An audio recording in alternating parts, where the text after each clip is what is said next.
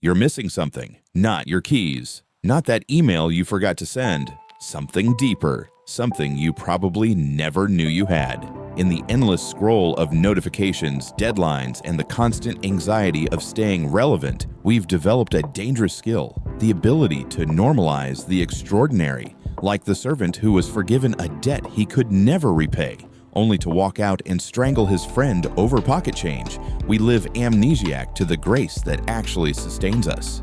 Matthew 18-24 isn't religious instruction. It's an uncomfortable mirror reflecting our deepest contradictions. It's the story of people like you and me, ambitious, wounded, confused, searching for meaning in a world that promises everything but delivers emptiness. This isn't about becoming more religious. This is about waking up before you realize you've slept through your own life. The debt you didn't know you were carrying. Peter thought he was being generous. Lord, how many times should I forgive someone who sins against me? Up to 7 times. 7 times more than culture required. He was proud of his answer. Sure, Jesus would applaud his progressive thinking, but Jesus dismantled human logic entirely. I tell you, not 7 times, but 77 times. Not math. Metaphysics. The story that follows is brutal in its realism. An employee owes the CEO 10,000 talents, roughly 200,000 years of wages. It's an absurd debt. The guy couldn't pay it if he lived 1,000 lifetimes. The CEO, moved with compassion, wipes it completely. Zero balance. But that same employee walks out, finds a colleague who owes him 100 denarii, about 3 months' rent, a manageable amount. He grabs him by the throat, threatens legal action, has him arrested. The question that lands: how many times have you demanded perfect justice from others while expecting unlimited grace for yourself? In our cancel culture, where one mistake can end a career, where we keep mental spreadsheets of who's wronged us, where we weaponize past failures, this story is incendiary. It's not saying boundaries don't matter. It's asking, do you realize what you've been given? A young professional shows up, successful, morally impeccable, the kind of person who posts their 5 a.m. routine and actually follows it. What do I still lack? He asks with sincerity. Jesus doesn't tell him to meditate more or read more self-help. He tells him to sell everything, give it to the poor, follow him into uncertainty. The young man walks away sad, the only time in the Gospels where someone leaves Jesus sorrowful, because he had great wealth. The uncomfortable truth: you don't need millions to suffer from this disease. Wealth is anything you use to define your worth. Your follower count, your job title, your fitness routine, your productivity system. Any identity that isn't beloved becomes an idol that enslaves you. We live in the era of hustle culture, where busy is a badge of honor and rest is for the weak. But Jesus looks at our carefully curated lives and asks, what does it profit you to gain the whole world and lose your own soul? In the middle of this, the disciples try to keep children away. Jesus gets angry, rare for him. Let the little children come to me, for the kingdom of heaven belongs to such as these.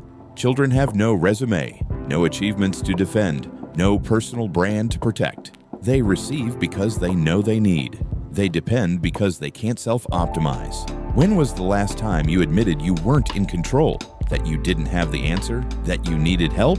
In a world of life hacks and optimization, Jesus says the way up is down. The way in is admitting you're outside. The way to live is to stop trying so hard to prove you're alive. The parable that offends our sense of fairness. A vineyard owner hires workers throughout the day. Dawn, noon, 3 p.m., 5 p.m. At day's end, everyone gets the same wage. The all-day workers are furious. Unfair, they protest. But the owner responds, don't I have the right to do what I want with my own money? Or are you envious because I am generous? The scandal of grace. In God's economy, there's no merit ladder, no more deserving or less deserving, just recipients of a gift nobody earned. This contradicts everything hustle culture taught you. From LinkedIn to your fitness tracker, you live in a system where your value equals your output. But Jesus proposes something radical. Your worth is inherent, not earned. We compare our behind the scenes with everyone else's highlight reel. We measure our beginning against someone else's middle. And we miss the party because we're counting someone else's blessings. the ambition of James and John. Immediately after, two high achievers ask for the best seats in Jesus' future organization. They want the corner office, the influence, the clout. Jesus responds with a question that silences. Can you drink the cup I am going to drink? He doesn't talk about glory, he talks about suffering, about service, about laying down your life for people who can't pay you back. The question for your ambition: are you building a platform where you're the center, or are you willing to disappear so others can thrive? In a world of personal branding and influence, Jesus says the greatest is the servant, the first is the last. The way to find your life is to lose it. When your life looks good, but bears nothing, Jesus is hungry. He sees a leafy fig tree, approaches, no fruit, just leaves promising what isn't there. He curses it, it withers. The fig tree is performative spirituality. It's your Instagram feed when you're falling apart. It's your living my best life caption when you're barely surviving. It's the appearance of success without the substance of character. How much energy do you spend maintaining the image? The I've got this when you don't. The blessed and highly favored when you're breaking. We live in the age of personal branding, where we're all curating our lives like museums. But Jesus says, I don't care about your leaves. Where's the fruit? Not the fruit of productivity, the fruit of love, joy, peace, patience, kindness, the stuff that grows when no one's watching. Jesus enters the religious center of his world and unleashes chaos, flips tables, releases animals, yells, my house will be called a house of prayer, but you are making it a den of robbers. His anger isn't against commerce. It's against the commodification of the sacred, against using God as a tool for your prosperity, against spirituality that exploits the vulnerable instead of protecting them. Have you turned your search for meaning into a transaction? Good vibes in exchange for blessings? Spirituality as self-improvement project? In a world of $299 meditation apps and manifest your dreams workshops, Jesus asks, are you seeking God, or are you seeking what God can give you? The invitation you keep ignoring. A king throws a wedding banquet for his son, invites the VIPs. They don't come. One goes to his startup, another to his real estate. Others assault the event coordinator. The king destroys the murderers, then sends staff to the streets, inviting everyone you can find, the good and the bad. The original guests had the invitation, had their names on the list, but they were too busy with their lives to attend the party. Sounds familiar. You have the invitation to an abundant, meaningful, connected life, but you're too busy with the hustle of your financial anxiety or the grind of your career. We're so terrified of missing out on the next opportunity that we're missing out on what matters most. The religious experts try to trap Jesus with a political gotcha. Should we pay taxes to Caesar? Jesus asks for a coin. Whose image is this? Caesar's. Then give back to Caesar what is Caesar's, and to God what is God's. But the deeper question is implicit. Whose image are you? If you're made in God's image, what are you giving back to Him? Your time, your body, your mind, your relationships, are they marked with His character or with the Caesar of your era?